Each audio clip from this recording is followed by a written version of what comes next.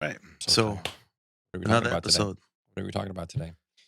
So first, I want to confess to my screw up of last week when we had Christmas sweaters. I forgot to You done fucked up. disable a couple of settings on the clean HDMI feed. So we're gonna put on our sweaters for a little bit afterwards to make up for that. But yeah, I was very upset. yeah, Very, very upset. I was very it upset. happens. No, you weren't. You were like, we don't need video. Nobody needs to see this face. Nobody needs to see this face. But I had to control myself because no one's harder on themselves more than Ro. Yeah, So I was couldn't- devastated. I couldn't lecture him. I was So I just let it be. devastated. Let him simmer in his mistake. But There's like some AI softwares that could like work on removing like the settings, but the problem is that the eye focus was shown in the display. So every time somebody moved, the eye focus was tracking. So Mm. there's no way to get rid of that. Like, so it was unusable. yeah. What was wrong with it? So when you hook up your camera to a HDMI, you have to turn off the display settings, or else it'll show the whole you display. your Because it shows on aperture, all your shutter settings. speed, Yeah. so it shows all that So stuff. yeah, it was an amateur move. They were new cameras, so we haven't used them. Noob. Yeah. We're professionals We're here, not guys. Come on. videographers. We're in that day and age where we're Amateur everything. hour, We're guys. everything now. We're videographers. We're therapists. We're planners. We're content creators. We're bartenders. We can't be bartenders. We can't be good at it all. It's okay. You're forgiven. Can't be good at everything. The audio came out great. We're still going to use It's it, right? questionable. Let's see if there's Oh, anything yeah. because we were a little intoxicated last week. So I didn't realize how boozy that drink was. That was my bad as well. It wasn't because I had a heavy hand. I just didn't realize how much booze I had You put have into the heavy drink. hands. yeah. But in any I case, was fine. It was just you guys that So the jury's still out when our producer listens to it to see if it's even like salvageable, Yeah. right? good content because we were drunk. I think that was the first one where we were all, well, most of us were really drunk. And I think Ro was feeling pretty good too. Yeah. It towards was, the end. Yeah, on the second drink, it was very boozy. What was it? It was What was the second orange. Was it the orange? The orange? it was a spritz. Something with a spritz. It wasn't an No. No, it was the whipped cream one. Whipped cream. With the the orange. rose petal, With the rose right? petal. With the rose petal, yeah. Yeah, didn't it have Such apple? pretty drinks we can't even show on video anymore. No, but didn't you take a like a reel of it? Like Yeah. a boomerang? Yeah. That's all right. Yo, but And- today's drink was pretty cool too. What I is was it? I'm It's- very it's happy like a about latte. today's drink. After you mixed in the coffee, it's not good anymore. You need more Kahlua and the other stuff. It's just like weird coffee flavor now. Just when you're always here. Karis will keep you gotta give me humble. that couple Yeah, dollars. like water it down. It's weird How's now. it watered down? I add coffee to it. I know you're not supposed to. It was All right, perfect before. whatever. You threw off the ratio. Yeah, it's now it's coffee. Like, Well, mine is good because you didn't touch mine. Mine was over there. yeah, yours is color's different. So what too. is it, Ben? What is it? It's like an Irish coffee. I guess it would be an Irish coffee, but I added some other stuff on there. So it's got coffee, it's got Irish cream, it's got Kahlua. I topped it off with a little bit of whipped cream, and I sprinkled some chocolate powder on it. Mm. Mm-hmm. It tastes Very good. delicious. Well, yours does. Everybody else's, I think I ruined. Not No, I mine. like mine. It did in the beginning. I like mine. But I think this is my first warm drink. I don't usually make warm cocktails, but today I think it called for it. Yeah. We're Now not going to make an icy it's drink But today. now it's hot toasty in here. Yeah. Well, it's hot where I was setting up. It's hot over there. Over here, it feels Yeah. perfect. I'm kind of glad. But I'm glad that you guys like this drink. I'll do better next time, guys. I promise. I think you could do a hot apple cider drink too. Mm. You did it last time, no? Didn't you? I've do never Not made the an hot apple one. cider. It was What was the drink Apple that you cider made on top old-fashioned. of the furnace there? Oh, that was for like just our get together. Yeah, but what was It that? It was like had Was it a Amaro. hot drink? Yeah. It was Yeah. Amaro and prunes. Oh. It's like, I remember what the that. fuck is? Who I the don't fuck remember puts that. Amaro and? It took like an hour to make. Yeah. It wasn't that bad. It wasn't that bad. It was very sweet. Yeah, but I thank you for being guinea pigs for that. Yeah. I appreciate It wasn't bad. It was pretty good. Yeah. Yeah. We had like 6 drinks that night. Yeah. Yeah, it was a lot of drinking. Well, There's a theme. what were we doing here that day? Just hanging Testing my out. drinks. Oh, Testing my drinks recipes. Yeah, that's when we, I think, just finished the studio, right? And we were drinking out oh, of here. yeah. Now we got a purpose for it. There's Yeah. also a picture of me on your swing there, just like those. Just by yourself, Remember that? Oh, that was Yeah. the same day though. No, that Yeah, was yeah. a barbecue. Yeah. just sitting by yourself, lonely Yeah. man. Yeah. So what have you guys been up to the last couple of weeks? Finished my presentation last night for the summit. I have one more section to go and I'm done. I'm all done. So wait, did you finish your slides too? What she said. What I said. Did We you- went out did you drinking email it? yesterday, and I was like, I'm not going to work. Went back home, wore the whole off. I thing. watched your live, Aw. sobered me up. I was like, let me go work on this. Was I that was like, why- I'm gonna work for an hour. I was up there for like 3 hours and then got it done. Was that why you were so active on my live last night? You were talking a lot, very chatty. No, I wasn't working yet. We were downstairs. We were just watching TV. on- Yeah, Watching it on the laptop in the living I room. was editing, I think, and we were watching it. Yeah. Oh, but yes, I was active because I was a little intoxicated. But That's what I was saying. I was like, Jen's not usually this active on my lives. I was Jen. Jen Molina says this. Jen Molina. I was like, wow, those margaritas must have been really good. oh, they The were chat. amazing margaritas. Amazing margaritas. Shout out to Sophia's Taqueria in Old Bridge. Just opened up Oh, yesterday. delicious. On point. Yeah. Amazing. Loved it. Yeah. We'll check it And out. kept me working last night. We'll see. So We'll I'm see. all set. We'll see if we can get them a We, sponsor spot on our podcast. Food sponsor margaritas. We also wrapped up our wedding season last weekend too. How's the So- wedding editing queue? Just 3 Not 3 bad. to go. Yeah, and I'm trying to get it done. Funny that he was ASAP. like, because we don't have any image reveals until didn't have anything till middle of January. So he's like, I'm gonna just relax. Yeah, blah, for the blah. holiday, I got like 2 weeks, no editing. Then we get 2 emails come in that those people bumped up their meetings to like the first week of January. You gotta get Like, it done. shit. Gotta get it done. So I might as well get out of the way. So we've been friends for a number of years, and you know how every year we share what our cues look like. Yeah. In January, I think we have nothing. Oh shit! No. Nice. Oh, PPS got like 4. Okay, I know nothing That then. has been. Karen, Shut I'll your let mouth. correct you. Yeah, I am Shut playing your it away here. I was like, Ben Lau's done. I was exporting weddings this morning. That's pretty good because like usually like In January, Yeah. we would have You like have 15, like 20. 20. right. Every time I talk to you guys, you always have like anywhere between like 10 to 20 in that range. Mhm. That's pretty good. But also like I don't think I think we AI shot as AI much. helped us yeah. a lot. That Yeah. and AI helped a lot. The little Mhm. reduction in weddings. It wasn't Yeah. a slight reduction in our volume, but also AI helped us a whole bunch. Yep. Mhm. And the fact we still have a human editor on our team, Yeah. all of that together. I mean, we basically have 0 pipeline. She She gets it done. I'm like, how is this happening? it's that pregnancy brain. Yeah. Well, that's because she's Straight walking away focused. with like an MDQ Yeah. for her maternity leave. What's MDQ? She's walking away. Her queue's empty. Yeah, she's Oh, clean MDQ. slate. I Yeah. thought that was like an acronym for something like No. MDQ. I was like, what the fuck is an MDQ? Is there the, something? the last time I saw Jeannie, I was like, how long it takes you to edit a wedding? Just trying to compare how long it takes me. It's the same thing. I was all right, good. All right. We're on the same page.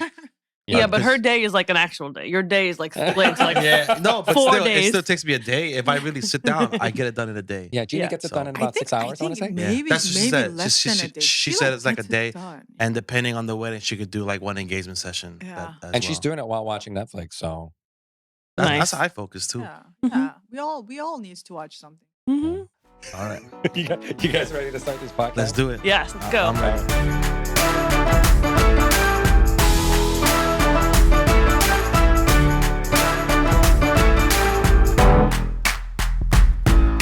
Hey guys, welcome to the Focus Day podcast. My name is Ben, This is Karis. This is Jen. And this is Ro. and we are Focus AF. Yes. Or Sounded trying to be. Always. We're trying that to sounded be. so As always. exciting. It's like we are focused. I'm so fucking exhausted, guys. You don't even know. You're exhausted. I'm exhausted. Yeah, you're exhausted. I'm exhausted. They're both exhausted. Ben he comes home, he takes like 5-hour naps. Oh, power naps. And then, Little and, power then, and, naps. then, and then he's up all night. I'm like, that's because you took naps. No, That's no, true. no, no, no. He Yeah. gets a nap. Yo, in? she got no. You know what? She's like, you're up in the middle of the night watching videos and waking me. I was like, hey, you were totally drunk. I was zonked out by 10 o'clock. I was like, you're That is- trying to that get me in is- trouble for That something is you dreamt about. every Yeah. every night. I'm like, stopping on your video. I And then- was not. It's fine. I don't care if you're watching something, but like his volume up. I'm like, I am sleeping. Him too. Like YouTube, Oh, 2 in the morning. Why? It's okay when you do it. I don't do it. Yeah. You do it all I the time. watch stuff without volume. I'm like, consideration. I'm in the Yes. car driving. She's watching all TikTok or You're so Instagram. full of or nonsense. Driving, Guys, you're Whatever driving. she watches. This is not the Focus Day of therapy session. Couples therapy, okay? This is guys? like, We'll this save is- it for next year. this is a horrible way to segue into our guest. So who do we have today? Who do we have today?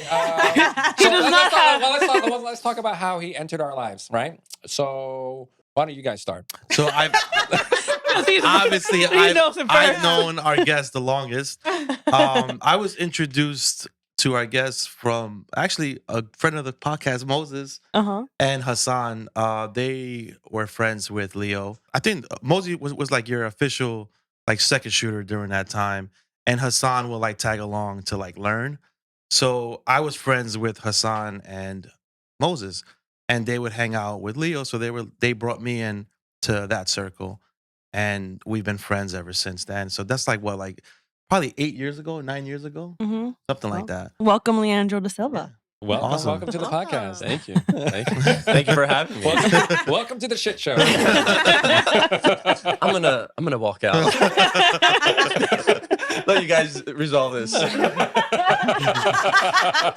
is That's a good idea. Actually, you do work with your wife, but not in the photo Right, capacity. yep. Right. Correct. Yep. So give us actually a background on you, your work, and then segue into Which your part do you want? You want the work with the wife, or you want like how? both. All right. The journey from where you started, and then segue into the salon and all that good stuff. All right. It was 1978. Right. Yeah. No. So it's long. It's a very long and kind of things kind of fell into what I do now. I have a fine art background, so ever since I was young, I guess you call it a talent. I was interested in painting, drawing. I was really not into school necessarily. Yeah, I hated school. You know, it's just it wasn't attracting to me. But like teacher said, if they could grade me based on my art ability, I would be a straight A student. You know that can't happen. So I always loved art. Like I always loved art. And then once I got to high school, I still continued doing my art, but I was more into sports. I played soccer. So in my idea, it's like, oh, I'm just gonna be a soccer player. I'm gonna be a professional soccer player, and that's all I'm gonna do. The next, well, Messi was probably like the same age as you during that time. No, they were not even. Yeah, he would be at the same age. So it was like, but it was one of those things where I was still doing art. I would go to private art lessons. So I did have that weekly private art lessons. I'm very detailed, and I would paint landscapes, still lives. Nice. I hated drawing people because people.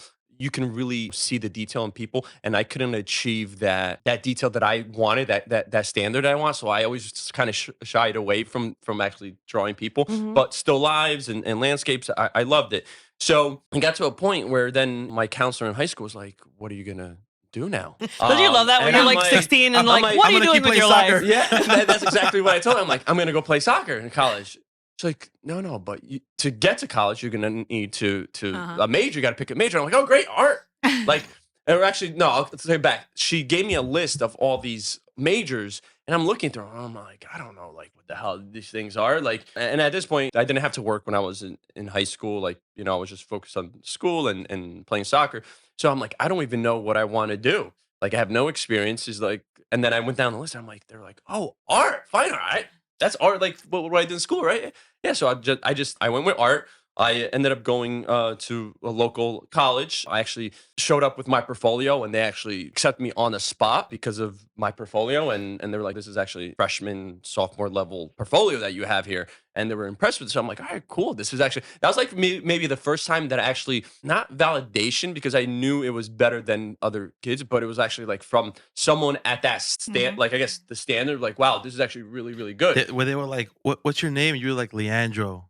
And they were like, oh, this guy's a natural, like, natural talent. No, it was it was one of those moments like that you have in your life. You're like, wow, like actually my teacher was telling me, and actually it wasn't bullshit. I loved it. And then I just got introduced to different art forms. I was more of a color pencil, acrylic paint. And it was more, I used to do more traditional art. So then in college, I was introduced to more abstract stuff. And I really started loving that graphic design. And then that's where I kind of concentrated in graphic design. Photography comes into play is I had to take a photography class. It was part of the curriculum. Yeah, that's how most people Yeah, find and photography. I don't have that like, oh, I always had a camera when I was younger, and I kind of I don't have that story. I loved when I took the class. It was actually I wasn't even looking forward to the class. I was even looking forward to the class. I'm like, oh, it's photography class, and you got to get all this equipment, you got to buy all these supplies. Was it by that time? Was it like digital? No, it was a darkroom photography. It was still film. It was black and white film one. I ended up taking the class, and I didn't love the taking of the photos. I loved the development of the film. I love the process of taking the photo, seeing and then seeing it come up, and that's what excited me. Like, it was an excitement. Like, yeah, that's awesome. it was almost like it was like a euphoria, like It's like Christmas every time. Yeah, it was like oh my god, this is so cool, and then able to I made working. that. I made that. And then or looking at your contact sheet and like wow, okay, and having the professor like kind of critique, go through them and like all right, print this, and that. Delete this one. Yeah, and it was crazy because that was the first I spent so much time in this one building and this one room developing film and that's where I think started my love for photography started. I fell in love with the process of it, not necessarily taking the photos, but the developing of it. And then the professor said, you know what, you should take two, and I'm like, you know what, yeah, I should definitely take the two because it was more advanced. fulfilled. And I took it and I loved it. And then the whole exhibiting your work, and that's when I actually started photographing people, and not necessarily like photographing people like I do now, but like more in an abstract way, or even just kind of more candid storytelling. And then at the end of that second class, the professor came to me and she's like, I really think you should change your major to your concentration to photography.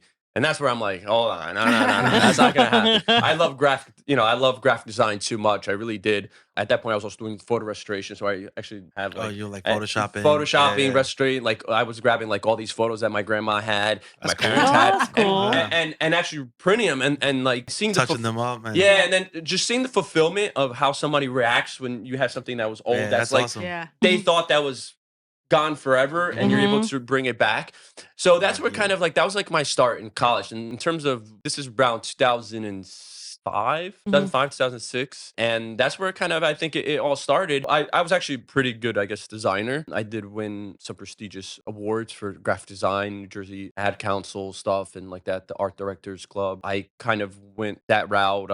Long story short, I ended up actually doing graphic design and then getting a job teaching graphic design, and I ended up teaching for 12 years. But in the middle of that, I actually then I graduated college 2007. I got a job like 2008 or 2008 teaching. And during that time, I actually got my first digital camera. I had a Canon T3i D40. It was like a higher end. It wasn't like the Rebel. It was like a little higher than the Rebel. And I just started, trying to do what I did because, again, what I loved about photography, I didn't get the same excitement with the black and white. But I did get some excitement because then I'm like, oh, cool! Look at all these filters and look at all this like presets. But it wasn't. Every image is a different preset. Yes. Every image, like in one session, it was like all these different presets and like it all like looking the back. Same image like, 7 times. Yeah, and it was like, yeah, I like this one. I like this one. I liked it, and so what I did is I continued teaching. I was teaching fine art, and then I was teaching graphic design, and then I think into a couple years later, I did start teaching darkroom photography, and I was doing what I was doing in terms of like abstract photography, but I was really doing nothing with it. I was just like, I just had saved on my computer, had these drives, and then I started getting just requests, and I remember I did like a session of my sister and her now husband. I did some baby stuff, like, communion photos, and all this was for free, And then at one point I'm like, you know what? I'm going to, everybody's creating Facebook pages. I'm like, you know what? I'm going to create a Facebook page. And it's official after that. Yeah, it's official. So I created this Facebook page. I used my logo, still logo that I use now that I created in college. That's my personal branding. I used that Leandro DaSilva Photography. I used my name. And then I put it up. People started liking, people started following, and then people were like, "Hey, can you, photograph my baby or my kids?" I'm like, "Sure." They're like, "How much is it?" And I'm like, "Give me $50." Like, well, yeah. So, and that's how it started for me. And then my first wedding really was my wife, someone she worked with, was getting married. It's like a month out. I was getting my haircut with my wife. My wife is a hairstylist. And she was cutting my hair, and the girl was sitting right next to me, and she's like, "Hey, I like what you do with all those baby stuff and stuff. I'm getting married. I don't have a photographer. You want to shoot my wedding?" And I love how they stay away from like the baby stuff is great. Come to my wedding. And I'm like, okay, like I don't even know what to photograph. Like it's a wedding. Like what is like wedding's like boring or and I really didn't know where to start. So I ended up no contract, discussing no pay, nothing. Showed up to the wedding. There was no getting ready. It was just basically with your 40D. Yeah, one camera. I think I don't even know. I think it was like a 24. Yeah, one card. 20. It was like a 20. It was like a 24 to like. I don't even know what the lens was on that. When you zoom in, it's like at 5.6. Yeah. So it was an outdoor wedding, which I think helped me. It was like outdoor wedding. You got lucky. And I got a story about that first wedding. So I photographed the wedding. End of the day, it was like a day wedding, day wedding. I go and at the end of the night or at the end of the day, I'm like, hey, all right, bye. I'll get you these, give me a week or whatever. Have they paid you yet? They paid me. She gave me a check at the end of the okay. thing. She's like, here, thank you so much. This is there's a check. Is this fine? I look at the check and I'm like, $500. I'm like, great. Like I was getting 50. I was getting $50 for those baby sessions. Now I'm getting $150, $500. You can get 8 Moses Cruise for that. Of course. More than no. Yeah, you're right. Because we always ask every guest like if they're a photographer what they charge for their first wedding. Yeah. So you got 500, and the lowest I think was Moses $60. Wow. Yeah, we got 400 for our first one. We got 150. So it's like that. But it did feel like a lot. You're like, Yeah. oh. Well, Yeah, so How long was that day? I can't like. I would say it was probably like 6 hours, not even probably. wow. Not Because bad. basically, what I good. photographed was I photographed the ceremony, right? It was like at a county park, like underneath, like it wasn't like the picnic area, like a small, Yeah, a small pavilion. Yeah, I would say there was probably like 60 people there, and I photographed it. I remember I did some portraits after the ceremony, and then it was just the party, and then everybody left. I think there was a cake and stuff, and Easy. and Yeah. like thinking back now, I'm like, wow, I remember, and I'm like, you know what, I actually I enjoyed doing that, but then I'm like, you know what, let me look, what does wedding photography look like? Like, so I Googled it, and I'm like, you know what, like some of the stuff. It was good. Some stuff wasn't like it was the traditional stuff. And then I came across Fearless Photographers. Yeah, Sure. Yeah. of course. I came across Fearless. I'm like, wow, this is fucking awesome. Like this is. Oh, can I curse? Yeah. Yes. We do it all the time. You can do whatever you want. All right. Do whatever the fuck you want. Yeah. So I'm like, these images are awesome. Like this is great stuff. Like damn. Like this is super talented. Like I'm like, damn. How do they get this stuff? So I kind of continued going about my business and doing these baby stuff. And then I'm like, you know what? Now I was taking my weekends, right? Because I was doing this during the weekend. So I'm like, you know what? I'm going to charge a little more. Let me see if I could get $75. And then I was like, let me see if I get $100. So I think it got to a point where I was charging like $150, which I thought was what? For a session. For a session. Oh. Yeah, And then we went from 50. Yeah, 50 to 150. So 150 For like kids. Yeah, in a short amount of time, and it got to a point where then at the 150, I started getting like more like, okay, yeah, we'll let you know. I started getting like people like moving out some people, but I continued. You know what? I continued doing whatever, literally anything that came towards me, I took. It could have been it could have been any type of session, communion sessions, just because sessions, family sessions. I took everything, but my whole thing was like, at this point, I wasn't thinking about like, oh, I want to be a wedding photographer. So I just went back and I looked at the photos that I took that wedding, and I'm like, wow, these look actually, like, I'm trying to critique myself. I'm like, actually, these look pretty good. Like these look kind of better than those on the Google. Like, so then I looked at I try to do things a little different. That's where I still try to do things a little different now. So I did this one photo where kind of like I was on my back, and I wanted to get a different perspective because I'm, like my fine art background's all about perspective and lighting and stuff. So, and I'm like, I want to get a cool picture of like the bride, because I remember there was one shot where she was kind of like showing all the bridesmaids her ring or stuff. And I'm like, cool. I mean, just, and I did this really quick. I took a picture from underneath. And then after looking at Fearless, I'm like, I got to submit this photo. And I fucking won a Fearless award. My first time ever That's awesome. entering. So I shot my first wedding, and I entered a Fearless, and I won an award the first time for one wedding. So I'm like, I actually love this Fearless stuff. Like I want to do more. So but I knew myself. I need, I just can't go out shooting weddings. I don't know nothing about weddings. I need to learn. So I'm like, you know what? I'm gonna try to call all the local photography studios that I know, and I called at these places. Some that like just didn't even give me a time to talk. Some were like, oh, yeah, what's your name? What's your number? Okay, I'll give you a call when I need help. Nobody gave me a chance. Those So- old studios, they were all like that. Yeah, they didn't give me a chance. So I'm like, you know what? Screw this. I'm going to try to do it on my own. I'm going to start posting all these wedding photos. I'll post all of them, and somebody start tagging people, and something will come up from it. And that's what happened. So then I had, my second wedding. I charged, I think it was like $750. Then my third wedding, I charged, I think it was like $800 or something. So I was always like, man, that's something throughout my career. I've never been in a price point too long to create a clientele that make kind of like that I feel like I'm stuck in. Stuck in, yeah. So I constantly raised my prices, and then I got to the point where like I was charging like $1,500, and this is maybe like a couple more. I would say I'm in 10 weddings in or something, and I go and I submit, again to Fearless, and I won another. I won my second Fearless award. So at this point, I'm like, okay, I want to get better. I need to get better. Because I knew, okay, I'm going to these weddings. We need to see these photos now. Right? Yeah, I gotta see if I think I still have them because I remember that first wedding. And like I know I put them on like a CD. It's probably still on your Fearless, profile. Fearless. Yeah, they're still on my profile, and I think I did back them up until like I had Zenfolio at that time, and then I transferred everything to Shoeproof, and I still have it. What I did is I got really, and I think this kind of will lead into what we're going to talk about, is I really became obsessed with improving myself, and not necessarily trying to get better than anybody else, because I never had that mentality like, oh, I got to be better than this person, or I got to be better than that person. I always want to be better with myself. Like I want to do better. If I could be better, and I still say, if I could do better than the last wedding I photographed, then I'm on the right course. So I just looked at photographers that inspired me, and at that point it was Fearless, and they were having actually I remember they were having the Fearless conference. I haven't really followed Fearless in the last couple years. The conference or the workshop? The conference, which was like a 2-day event. It was a 2-day event, but not foundations, right? Not foundations. Not foundations. I actually signed up for foundations, but then I had to back out because of something like actually because my work.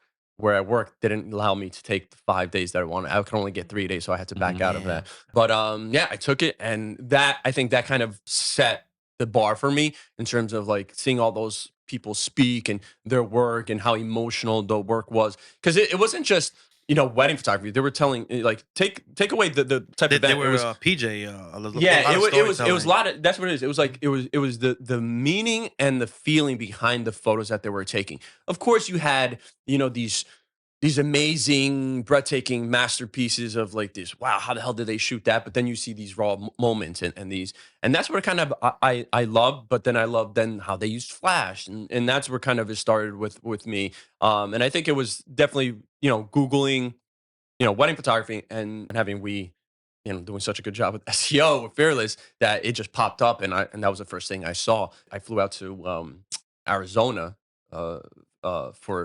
in Arizona, and I loved it. And actually, one of our friends was part of it, and actually ended up photographing my wedding because I loved his work. He actually told me, because I was following his work, because then in terms of this time also with BT Better Together, I was going to all the meetings which at that time were actually, I think, were great because we would meet every month, good number of people. There were a lot of meetings. Yeah, and we actually went through like an agenda of like, all right, this is what we're going to talk about. We'll go, and then we mingled. So that's where that's where I met Moses. That's where I met everybody that I know today. It's that networking, and that's where I still love the networking. I still love the education, because what I do, like, going back to like obsessing over, getting better. And I'm using the word obsession as a good thing, because, obsession could be bad and good thing, because I'm hard on myself for certain things, but I don't let it go to a point where like, oh, I suck. Like, I'm going to quit. It's the point where I feel like, okay, this is what I want to work on now. Or this happened with like WPPI when Ro introduced me to WPPI and just the print comp and just getting all that valuable information, and not even my work, but other people's work, and being able to try to apply that. So then the next time I photograph, or even then when they critique your own work, I'm like, okay, yeah, they're right about that. Or it makes you think. Yeah, and it's one of those things where sometimes you need that hard truth, and I'm always for that, because again, with my fine art background, I'm used to the critique. Sometimes not everyone can handle that. Yeah, and I've noticed that, because I actually stopped posting or commenting on a lot on online stuff, because I used to be, I don't know if you guys know this, but I used to be more active. I used to critique a lot of stuff like, hey, you should try this, try that, and it got to a point where like, this is probably like right before pre-COVID. People are like, oh, but I didn't ask for critique. Leo, that jerk. Who asked you, Leo? One thing that I've always heard Leo say, as long as I know him, if you post it online, it's up for critique. Yeah. He's like, it's up for critique. Validation. We're not giving you. Yeah, and because that's the thing. Like I understand. Like I look at things in context. If you're posting something in a bridal group, all right, I'm not gonna critique you in a bridal group. If you're posting in front of a bunch of other photographers, videographers, and you're looking for me to stroke your ego, that's probably not the place to go. You know, I know some people love that. Some people love, you know, and who doesn't like to be told that they're good? But it comes to a point, you got a hard truth is most valuable tool that's out there, because it's like you hear so many stories, people being told since they were small, you're the best, you're the best, you're the best. And then they turn out, see how they turn out. Leo's not out there handing out trophies to everyone. Yeah. You know, I'm not It's a only believer. trophies in first, second, and third Yeah, place. that's it. Like first, second, and third. But participation is great, but it just doesn't. It does. It's, you know, and this is my belief. It's true. We agree with you. We just laugh because it's just funny. I agree with it, because you're taking away that like drive to be better. Like if you losing has a very significant effect on most people. Like I hate to lose. So like if you're rewarding, like, you know, losses is it kind of waters down the winning. I wish I got more critique. Like the only critique that I get is from my wife. That's why I love her. You know, she takes me down a couple notches, but it's good for me. Like that's why I married her, because she wasn't just high fiving me everywhere. Like you guys know that she doesn't high five me. She keeps you humble. You know, But it's like, you fucked up over here. You fucked up over here. This tastes like shit. but that makes you better. But I appreciate it, and that's why I married her. I don't want her to just to feed my ego or anything like that. You know, like I remember you guys were there. Like I submitted 5 images for awards that one year. I got nothing, right? And you know what? That one guy was like, it's okay, 79, right? I'm like, what the fuck? That's the worst. That's the worst fucking score. That was Ben with the overlay. Was that the overlay one? I don't do any. Didn't you do it like overlay one? That you even said? Like, no. I had a phase during COVID. Okay. When I was doing overlay.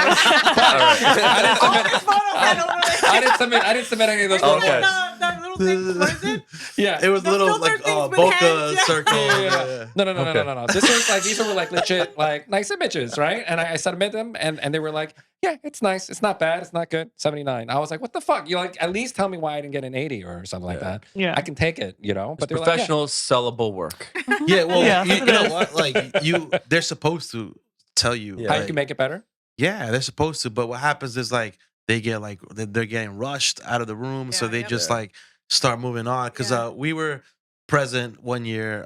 We helped hang the prints, and they allowed us to have breakfast with all the judges, and Jerry like does like he'll talk to everybody, and he was like pissed off. He was like, you know, people are spending money. This is their work. He was like, and you're just like, yeah, it's 70. He was like, no. He was like, yeah, I understand we have to rush, but you need to tell them what's wrong with the image or why it's good.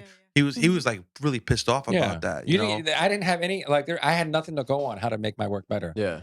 You know, well, that's the worst, because the 79 is just like it's right there. It's like it's 1 point. Like what was I short on? You know what I mean? Yeah. You like stand up. Excuse me, no. I need to go back. Bring the print back. I object. You could go to the judges afterwards and ask. The chances you run into them is like, you know, they don't want to be bothered too. They're busy and like talk to the hand.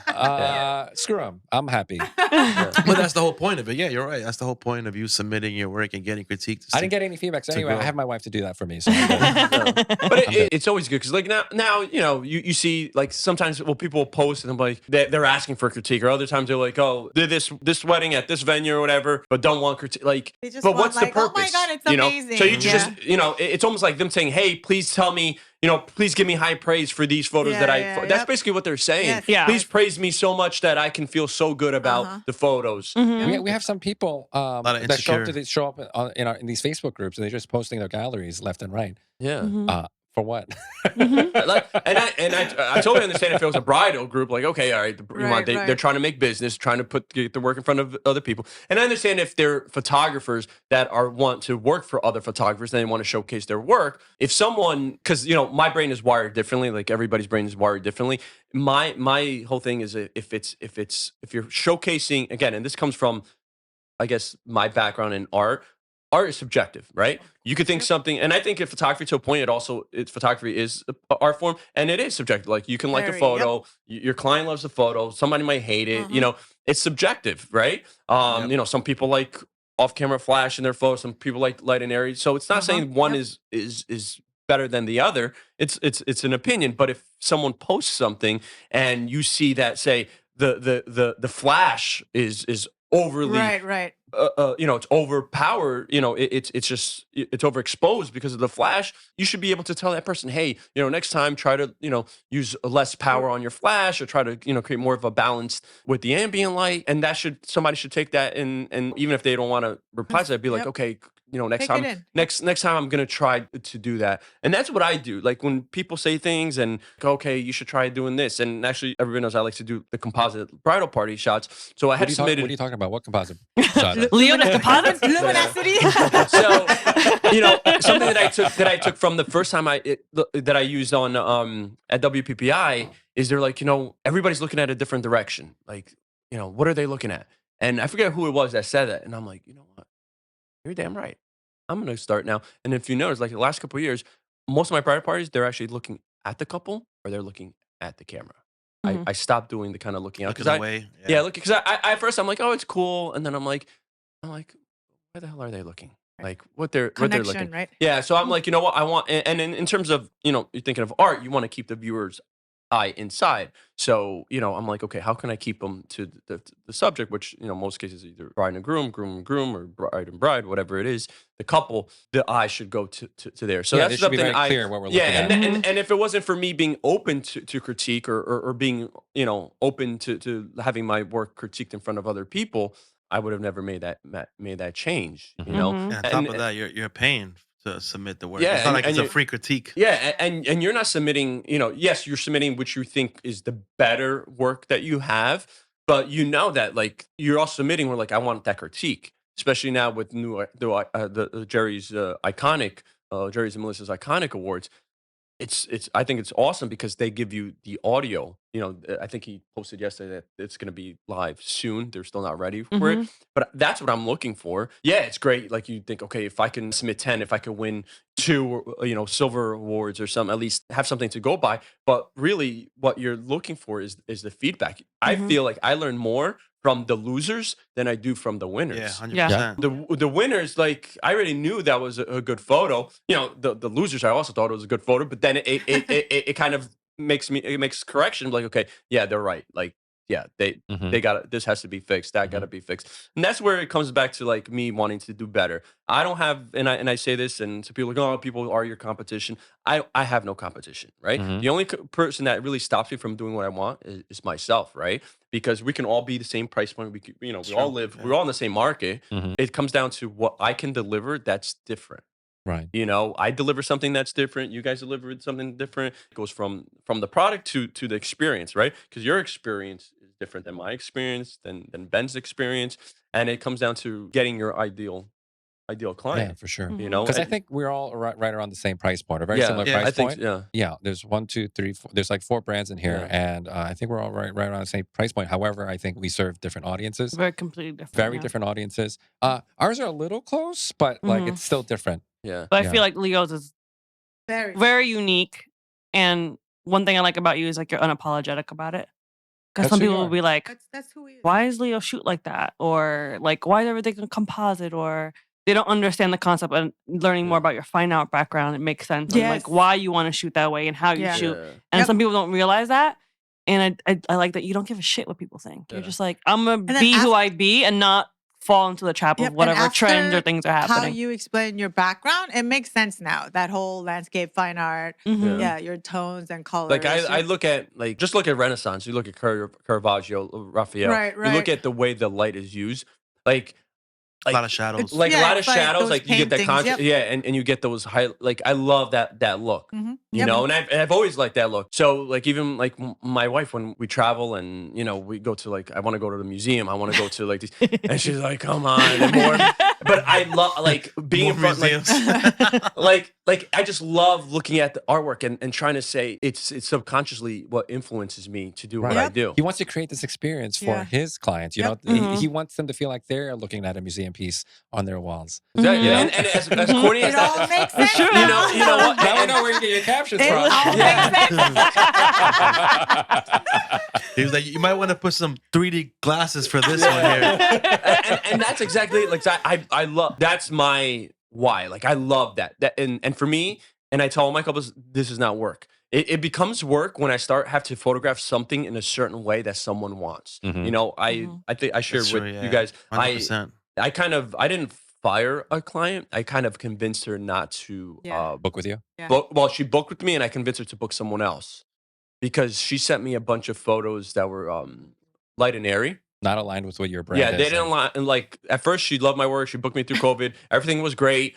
And then she started sending me a lot of stuff that was like brighter, but it was all overcast too. So I trying to explain to her, I'm like, look, your wedding's gonna be at this time of the day.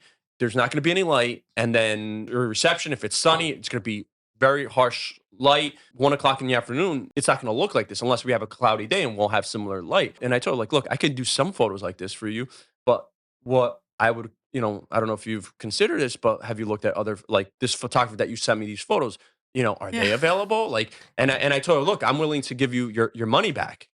Because my whole thing is I don't want to, and I told her, and I was honest with her. I'm like, look, the last thing I want to happen is you to not to like your wedding photos, and then you're gonna come back, you're gonna say, 1000%, Leo, I didn't love his photos, it wasn't great. You could, leave me a bad review because all my couples love my photos. You like my photos, and because you booked me so far long, maybe, or you weren't at sure time to look at other people's work. Yeah, and I'd rather cut that right away. Right. And I ended up, I just told her, look, I can't give you your retainer because I actually turned away a couple weddings, but I'll give you, your second payment and whatever. She had paid in full, actually. I'll give you all your money back. And that's what did. She's like, oh my God, you would do that? I'm like, yeah, why would I want to hold you hostage? Yeah. And then you not like, I know you love my photos that I created, but I don't want that to happen. Right. I think nowadays a lot of photographers. I don't say a lot of photographers, but I know at least some photographers that will yes couples to death. Oh, Like, yeah, I could do that, Yeah. just for the booking, Yep. and that's where all the issues arise at. Right. Yeah. Mhm. They're coming from a mindset of scarcity. Actually, I talked with Mike about this yesterday because he was talking about the self-actualization pyramid, right? You have certain needs that need to be taken care of, and then eventually hopefully you'll get to a point where you're kind of in the zone and you can say no to work, and you're doing what you love, and people love everything that you're all about. And I think what we talked about yesterday was that people are so preoccupied with their basic needs that they're just taking all the work. They're more concerned with putting food on the table, putting a roof over their heads.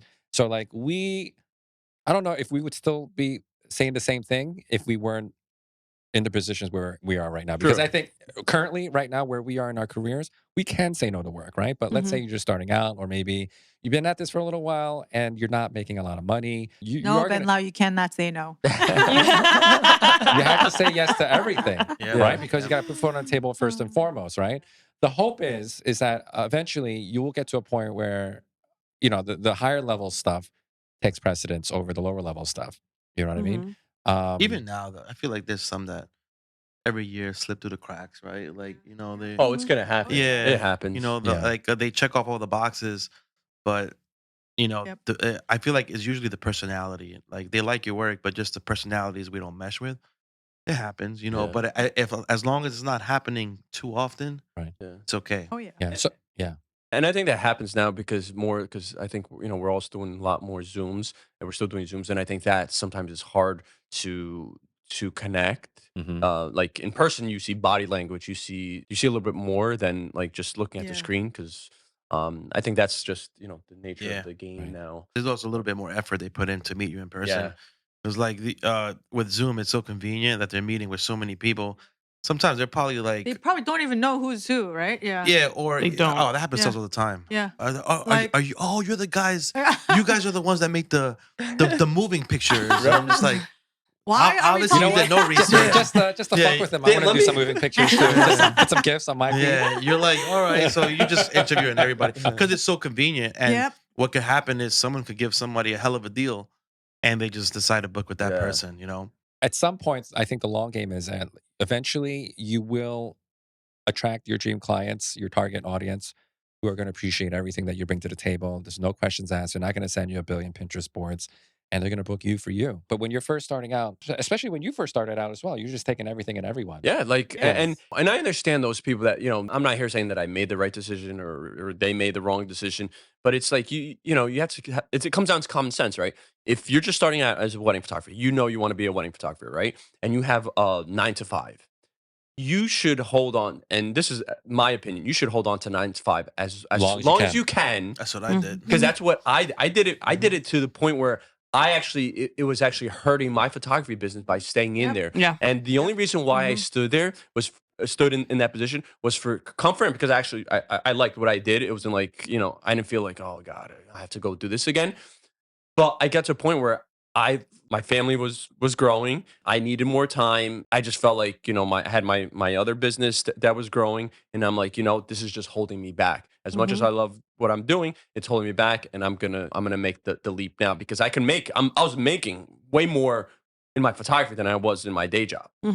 So I'm like, that's enough said. Like, and some people call me crazy for leaving a stable paycheck, amazing health benefits.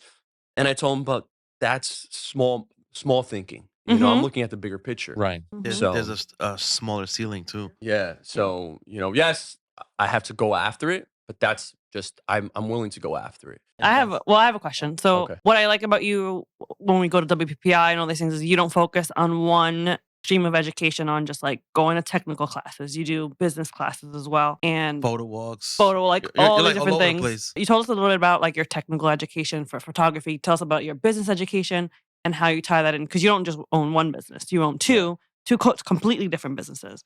And how you kind of use your business education to run both. Yeah. At the end of the day, that's a good question. At the end of the day, I think, business is business. Business for photography, business for hair salon, business for, whatever restaurant. But at the end of the day, fundamentally, they're all the same, right? You're either selling a product, you're selling a service, you're selling an experience. And, it kind of, as a photographer, we sell all three, right? We sell the product, we sell a service, we sell an experience. And in the salon, it's similar. And in terms of the type of business, I think the salon and the photography, I try to have them at the same type of level in terms of, quality and experience. I would say even my photography needs more work with the experience stuff, but it's stuff that I've changed too. Even the way I go to weddings, I used to be just coat with slacks and a dress shirt but now, I use a sports coat because I've noticed when I made that change that I'm actually, not that I'm treated better, but I'm treated more not as a vendor, but as a person, a guest. And 1000%. And that's something that, a lot of people give a venue that I guess we won't You can name. speak freely here. Yes, you can. Or like, for example, a lot of people, like the Westmount, a lot of people give him a hard time, but, because they require a jacket. My understanding, my perspective is, okay, it's their house. They should tell, whatever way Their they rules. want. Their House rules. rules. And that's something that I do all the time. Like I go to a venue, I find where the maitre d' is, the manager, and I'm like, okay, what do you need from me? What can I do? What can I do? What is it that you have planned? I'm going to try to make their job as easy as I can. So I started seeing that, like, just changing the way I did that. So, not to kind of like jump, but, just changing the way I dress makes a difference. So when I do go to like conferences like that, where there's everything is there, right? It's like sometimes like overly stimulated information. I tell like my wife doesn't go to these things. She went to imaging, but like I tell her like I'm literally there for that reason. I try to go as many events that I can. Yeah, you always wake up early. Yeah, I wake up Leo's early. the first one in classes. You're like, why are you here, Leo? And he's always the last one leaving too. Yeah. Because I try to match Always. because to hang out, I can hang out anywhere, right? I can hang Sure. out in New Jersey, but if I'm flying somewhere, I'm paying for That's true. something. I'm Yeah. gonna go out there, Yep. and there's no reason why you can't go learn and hang out. Because I still hang out, we still do this stuff. But I go and I try to get, I look at things. Not necessarily just from wedding photographers. Like I look at the portrait guy, portrait photographers. I look at the maternity photographers. I look at I try, and that's something that I want to start doing more. And I don't try to copy somebody. Someone that I look up to highly, Jerry Gionis, and I've taken his workshop twice, but I took him his 5-day workshop for two different reasons. First time I took it was more for a technical point of view, how he lights, he poses, interaction with couples, and then the second time I took it, the same exact workshop, but for the benefits of the business side of things. Because I think everybody's at a different point in their career or a different point in their business that they need help with certain things, right? Because I look at it, you can't just try to do everything at once, because then you can't do anything well, right? So I try to focus on one thing that I think I've been lacking and I try to improve upon. And I try to implement things that maybe I learned from a portrait photography in my wedding photography business. There's things that I've tried to implement and didn't really work out. Like my goal this year was actually to bring a backdrop to every single wedding and do like one beautiful portrait of the bride and the groom in like a traditional backdrop. Like, and that was my goal, like to do this, but it just didn't work out. Did you try it or No, I did. I brought the backdrop. Yeah. I brought everything, but it just didn't work out because I got the idea. I did a wedding 2 years ago during COVID, and it was like get bridal prep. Not That's a great great idea, though. location. And then I'm like, you know what? It had a really nice like curtain background, and I actually did like I had my big softbox. I had like a 6 foot umbrella. So I'm like, and I did. I'm like, wow, this is so cool. I could do if Studio. I could do one of these every wedding and then present it like a fine art piece. That's something that. So that's something I'm still gonna try to. I have it on the list, try to implement. But I think that's what are you bringing? Are you bringing like a back or like the foldable one? yeah. So it was what I have my umbrella, which is big, huge light source, soft light source, and then I have my I have a the Westcott. What do they call it? It pops up. Yeah. Like Okay. it's not I a know big. what It's you're I think talking about. it's that and just a simple backdrop kind of inspired me with that was looking at old photos of like wedding photography. That's basically It was all a wedding. studio. It was all Yeah. studios. Like they didn't photograph the whole wedding. It was like I It remember. was the I'm looking at my ceremony grandmother. and the cake cutting. Yeah, my grandmother's wedding photo is a portrait of her and my grandfather in a clean background, and I think there's a chair. I think there's a picture of them standing together, and I think there's a picture of her sitting on the chair and my grandfather standing next to it. So I think just brings some of that like elegance to it, but just lighting it really, really nice and having something simple that they can value. I think all of us here are on the same page where like some of the photos that these couples print and add in albums are not the epic shots sometimes. It's that really simple mom, dad looking at Look the camera, yeah. and that's what's valuable to them. And as you grow older, you start thinking about what's most important, which photos are the most important. I'm not saying, those other stuff that I do is not great, but it comes down to what motivates you, right? What kind of ignites that fire, and that's with me is trying to show my couples the value of something, even maybe if they don't see the value of it, not at that point, but then like down in 10 years, like oh man, that portrait, I really appreciate that portrait that he did because without that portrait, I wouldn't have this photo. So I take a lot of my stuff that even when I go to like salon stuff, like workshops and seminars, I try to apply things that I learned from my photography into the salon stuff too.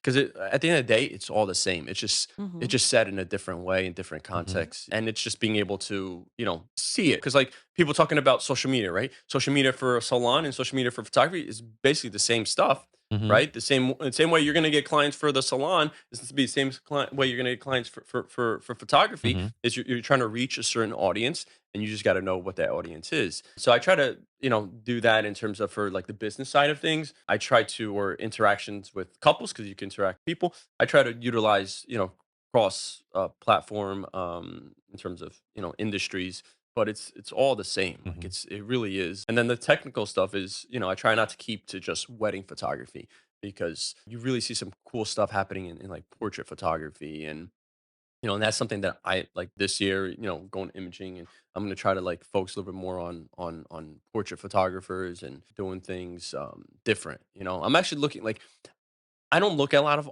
other photographers' work because I don't want to be influenced by not in a good way. I don't want to be influenced by like a trend. Everybody now doing the motion blur stuff. I want to be influenced by stuff that like really is different. You see a lot of stuff like these like Russian photographers or these kind of Asian photographers that are doing things a little different because it eventually comes across.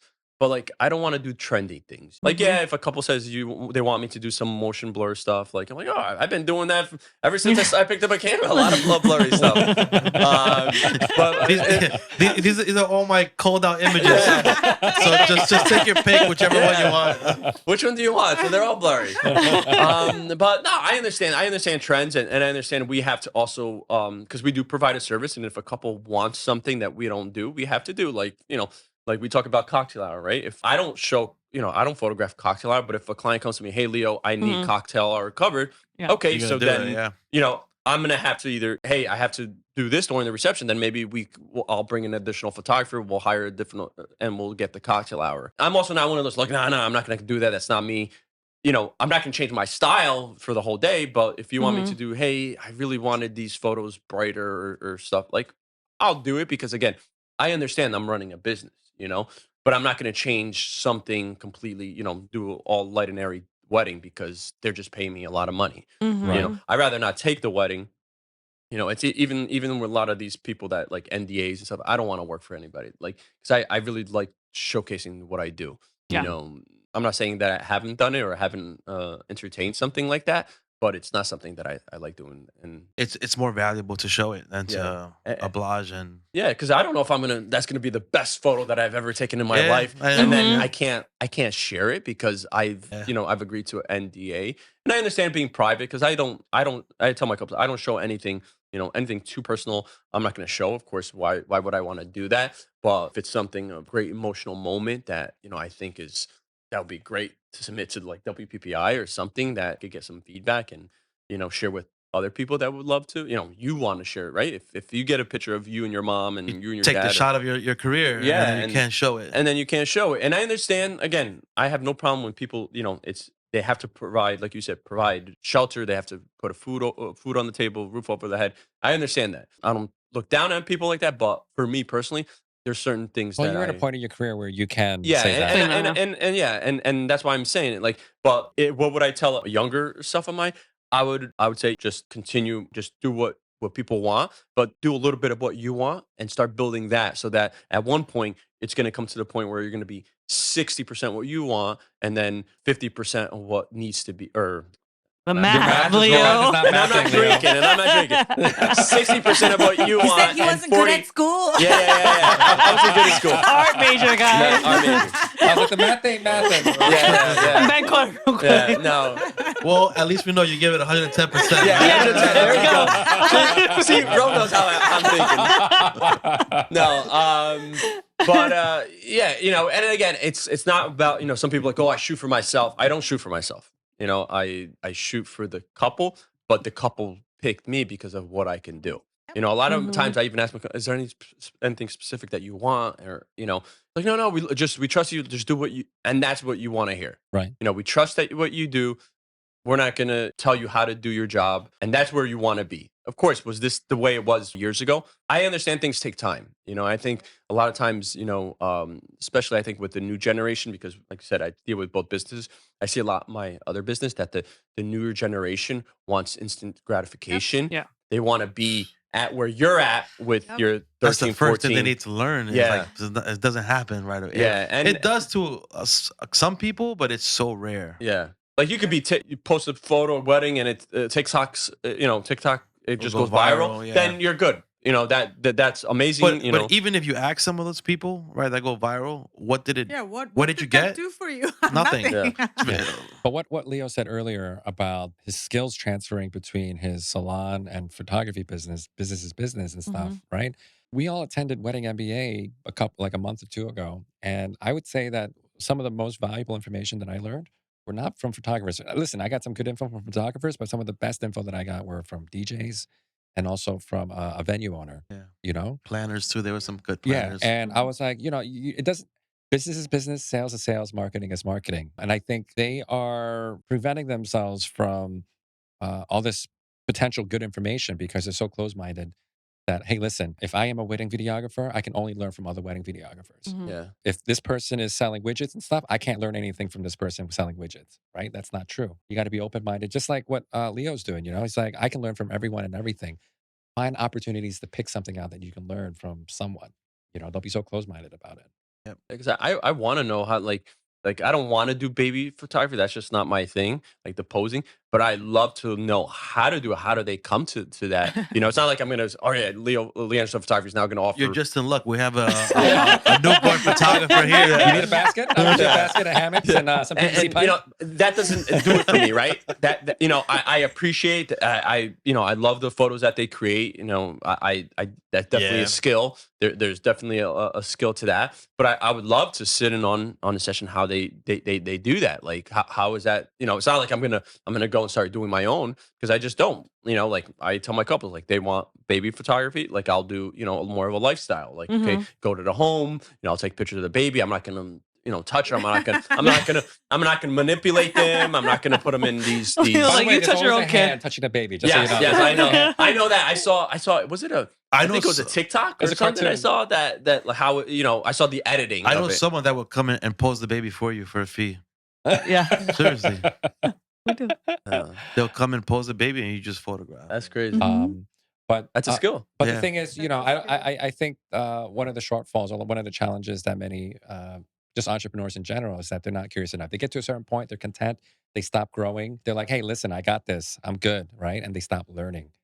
And I think what I really admire about you, Leo, is that you're constantly learning or looking for opportunities to learn more. You know, Yeah, because and I've been to workshops with you where the photographer has a completely different style of how you shoot, but you still go because he always he always has the mindset of like we can learn from anyone. Yeah. Correct. And a lot of people are like, I'm not going to take this workship because I don't use Flash. Why am I going to take this They don't Flash see workshop? they don't see the value but I look at it like there's one photographer that I took his workshop and I wasn't happy with my lighting for my reception stuff, right? So I'm like, you know what? I've tried a lot of stuff. I don't like it. I just like how he lights it, like, and the way he set it up and he showed us, like, I'm like, this is it. This is what, I was doing something similar. I was using 4 lights. I'm using 3 lights, or I'm using 2 lights, and and it clicked. That was, and he did other stuff, but that's the one thing that you want wanted. to Yeah. that was my takeaway from it. And those are like little things that I tell people. Like some people, like I had one photographer recently ask me about the Jerry Jonas worship, and I told him, take it. I'm like, whatever, doesn't matter the price. If I tell people, if it was $10,000, it would be worth the $10,000. I think when I went with it, it was like 3,900 or some 3,700, whatever it was for 5 days, and you basically get Jerry and Melissa from early morning all the way to like 11 o'clock at night. It's the best workshop that I've ever been to. And I say it to everybody. It's not just what you learn. If you ever been to with Jerry for 5 minutes, just think about that times a million. Like you So I'm really gonna buy like now instead of 1 ice light, I'm buying 100. you buy 100 like this. But it's really what you get out of it. Like just give you like people cry, at the end because of, and you see people actually grow, like people that were not comfortable, posing people, and because there's a lot of it's They hands-on. put you on the spot. Yeah, and it's great. So that's like I always say, Jerry's workshop is probably the best I've been to in terms of how much I got out of it. That I even told you, I even told this person I would even take this probably a third time, just kind of That's because awesome. it's so much. And the thing is with Jerry, a lot of stuff is free out there. He has it on his, it's on YouTube, it's on Facebook, it's in the conference that he's at, and then he has his he had the Ice Society, which now is called Change the name of it. Yeah, he changed the name of it. It's all the like It's a lot of stuff on there. Yeah, it's a lot of great stuff, and I was a member of it, but then I'm like, I haven't been able to utilize it. But every time Jerry talks or anyone, I go and I listen. Because you could see Jerry talk about the same thing twice, but you'll always pick up something from him. His keynotes are fucking amazing every time at WPI. And I enjoy listening to him. Yeah, like that's why, like, if Fimmer's like, you want to go listen to Jerry? I'm like, of course I want to go. I want to go say hi to him. And the thing is, he he's genuinely a really, really, really nice guy, and he's without him in the industry, I don't think we That's would true. be Yeah, he's crucial in my opinion to the wedding industry. So, and there's a lot more other people that I've taken workshop with that I admire, and one was Mauricio from Christmas Studios. Like, I think he's probably, in terms of creativity, like some of the stuff that he creates is the way his mind blowing. It's mind blowing, and that's where I wanted to see like his process, is thinking of how he comes up with these ideas, and it's sometimes like it's one of those things you can't teach that. I just wanted to see how he does it. See it, yeah. Yeah, and like you really can't, like he can't teach it. Like you can't. It's what he is in here. Yeah. So so true. It's he shows you how to, he shows you the process, his thinking process, and then how he shows you the files, how he edits, and it's just mind blowing. Like wow, like it's crazy. There's so many talent out there. It comes down to what do you like about somebody's work, and see if they're doing a workshop. And that's what I do. It doesn't matter where it is. I'll fly. Yeah. I went to Chicago a couple years ago to see Johnson Wee because I loved his work. I think he's a nice guy and he produces beautiful work. And I'm like, you know what? He's going to be in Chicago. I'm available that I'm going to fly out to Chicago. So that's the way I look at it. I don't look at it as, okay, it's going to cost X, Y, Z. You got to factor that in. But I look at it, the value that's going to bring. It's an investment in yourself and your business. And where I'm going back to, I spoke to a photographer who his business is not doing well, or he's trying to grow his business. He's not happy with his way of shooting. And I'm like, look, the perfect. And I said, perfect, because he asked me about it. And I'm like, this is probably, he's like, what do you think I should do? Go to this or my website? I'm like, this. Go to Jerry's workshop. You're going to get so much. He's going to talk to you about your website. He's going to give you feedback and then do the website. And then do the website. The website is a website, right? You can it's a storefront. It's a storefront. Like, and I even told him, like, my website sucks. Like, I really, and that's something I have to work on, and I'm embarrassed to say, but I've had 3 redesigned websites and I've never made them live. And I haven't made, and some of the work that's on there, it's outdated that I have, and I updated a couple stuff just to kind of have it maintained. But because I know that that's part of a reason why maybe I'm not reaching certain people that I want, but I think I'm content with the number of weddings I'm getting. Right. Yeah. So it's like There's one no of those things. urgency, It's there's like no comfort. urgency, There's no no urgency. urgency, right. Yeah. But But like if you're desperate, you gotta have everything. yes. Yeah, everything so- has Have all to your be. shit in yeah. order. So, but in this case, I think this person's a little bit. They're desperate. They don't have the work coming in. They don't have the leads coming in. So I think it's not about maybe your website. It's maybe about what you're doing, your business. When people, it's your business, not just your website. It's your business. It's what you're shooting, how you're shooting. These are the things that you've been asking me about. This is where you got to go. And I can't force someone today, but I'm like, if you got $10,000, where do you, or $5,000, where do I put those $5,000? Put it in education. Website, you don't need a $5,000 website right now. Yeah. You can go Wix. You could go to Squarespace for $200. Yeah, something a little bit more inexpensive. yeah. Yeah. Right. And then when you get to a certain point, then you're probably, off spending, because you guys know better than I. You guys have way, way better websites. And I know you guys went through. They paid someone to get it done. Yeah, you got we a went through a great couple website. of rebrands. I think we're in probably next year or two. We'll probably do. Yeah, it's been Yeah. 4 years. I do like our web designer. Probably hit him up to tweak it. Yeah. But let's go Good back to update. Johnson's Wheat Workshop. You took. You flew out to Chicago. You said you came across Johnson Wheat's work by going to WPPI. Yeah. So it's you're basically like going to all these things, and then you're finding new places to follow your Influence. education. Yeah, which is Yeah. awesome. Because like exactly, and that's a point that I want to talk about. It's like, so these conferences, and you're really not gonna. You'll learn stuff. Sometimes, was it 40 minutes to an hour and a half? You're not gonna learn everything, and you're not gonna be able to show you everything. Sample. So it's almost like a sample. All right, this is what we can do. So that's basically what I did. Is I was actually Johnson Wee. I think you were with me. I'm like, oh, that's Johnson Wee. That's the work I want to see him talk or go to his photo walk, and I saw him approachable, nice guy, and then I continued following him, and then he put out workshop the Fantastic 3, I think it was called. It was him, Nick, and Kenda, and they were doing a workshop in Chicago. It was like a 2-day or 2-3-day thing, and it was like shooting, editing, posing inside, outside. And it was great, and it's just kind of like, I look for what fills your bucket. Again, I don't go out and copy everything they do, and that's something like I don't want to do. I don't want to copy, like I don't want to copy exactly the same photo the photo that they create. I don't want to, that's why I'd say 99% of the workshops I go, I don't photograph. I don't bring a camera. If they don't tell me don't bring a camera, I don't bring a camera. If they say bring a camera, like fighting with 10 other people. Yeah, like I don't, because I'm not going to do nothing. I'm really, I've never done anything with any of these photos. Like I did, Right. I did Cardona's workshop a couple years ago. Flew out to Houston. It was like his first tour that he did, his first beginning. Super nice guy. Learned so much. But again, what I learned from his workshop was like working in the shittiest shit, and that's basically what he kind of, he was teaching. He's like the shittiest situation that you have and creating something out of shit. You know, you could have saved yourself $100. He was here in Jersey. Yeah. no, but he went like 2 years ago. Yeah, I went pre-COVID. Yeah. I went pre-COVID. I went to his first. I wanted to go. I remember you guys told me about it. I had a wedding. I bet you it was amazing. It was amazing. It was his first, like super cheap. Like we all stayed together in the house in the Airbnb. Hassan went, right? Yeah, Hassan went. Hassan said that's the best workshop. And Hassan's taken a lot of workshops over the years. He said that's the best workshop that he went to. Yeah. So he kind of, you see how he creates some of this stuff? Damn, that was shot in the kitchen. And that's what it is. and just to exercise that was shot in the kitchen behind this like 70s kitchen with like using some glass and using a broken chair and just using gels and light and manipulation of light. So it's like one of those things, like, are you going to use it every wedding? Probably not. And that's another thing is when you go to these workshops and then you can't just try to implement everything in your workflow.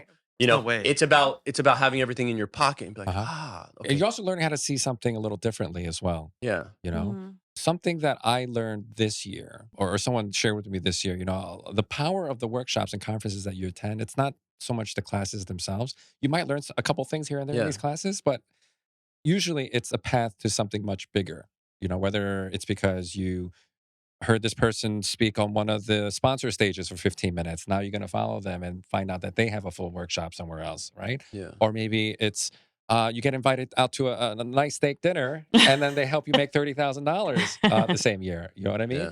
Like it's all about the relationships as well that you get to make with the people that you meet. The magic and the power of these workshops. It's not always necessarily in the classrooms that you're there for. You know, in these whatever it is that you're there for. Sometimes it's in the hallways. Sometimes it's at dinner. 100%. Sometimes it's at the coffee shops.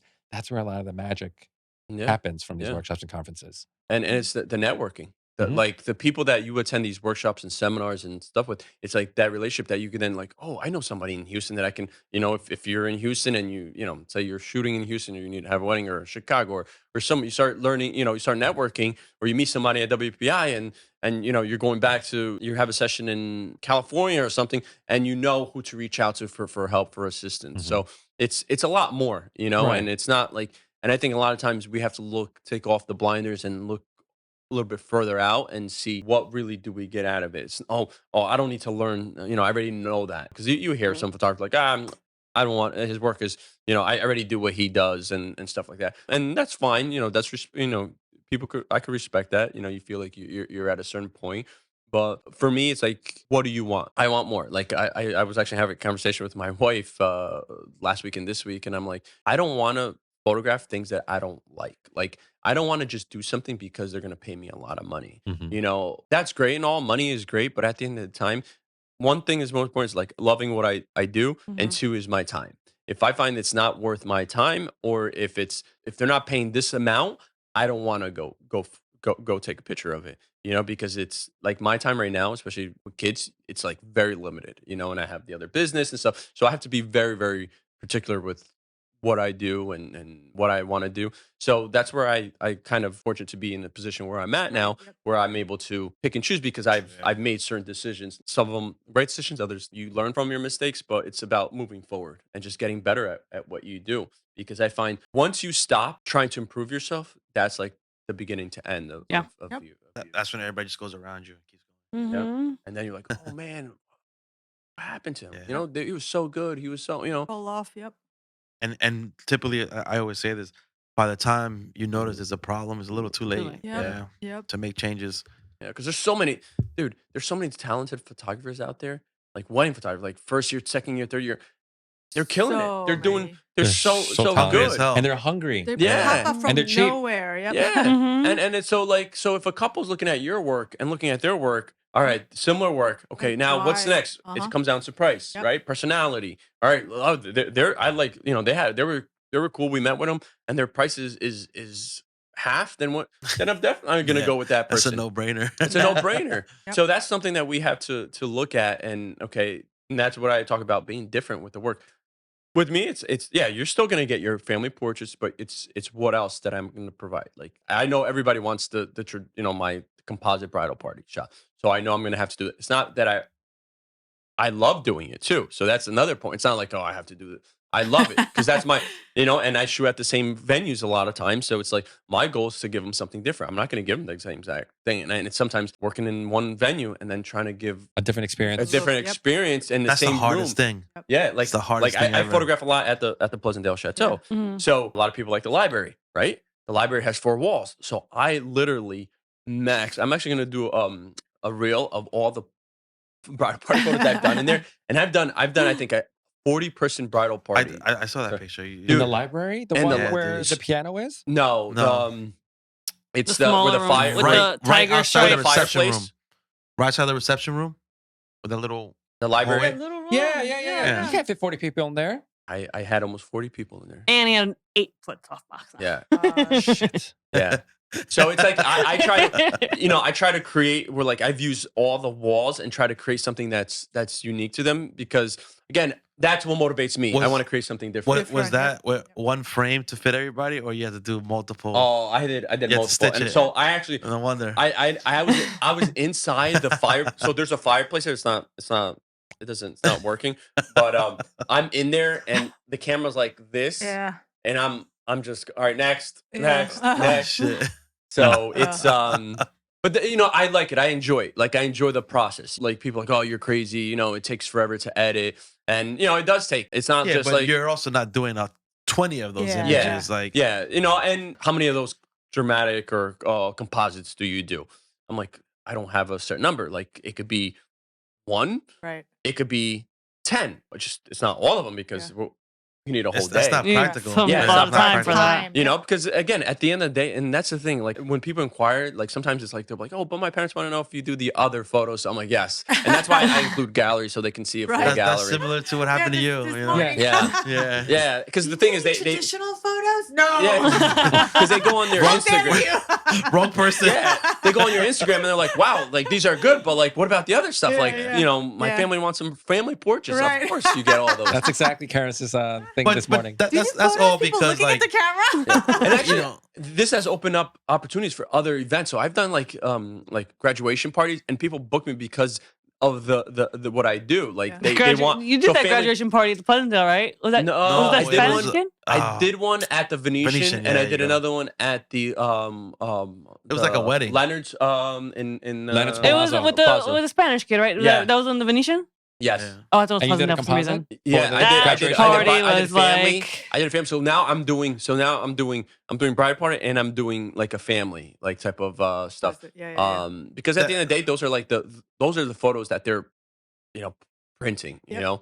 So I'm finding, okay, how can I make it meaningful? Like they'll print the family and the bridal party over a photo of just them two. Yep. Yeah. that's true. Definitely. And I mean, that's an easy transition into portraits too. Yeah. Like I can see why you want to do that.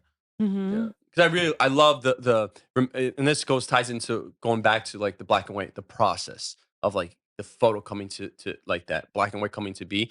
Now it's coming to be because I'm putting it in Photoshop, and so I That's get the that dark same- room. Yeah, that's Yeah. the dark room. Yeah. Yeah, that's my excitement too. Like my excitement is like putting it together, like lighting it, getting it all. But then it's also like when I'm working on it, like Yeah.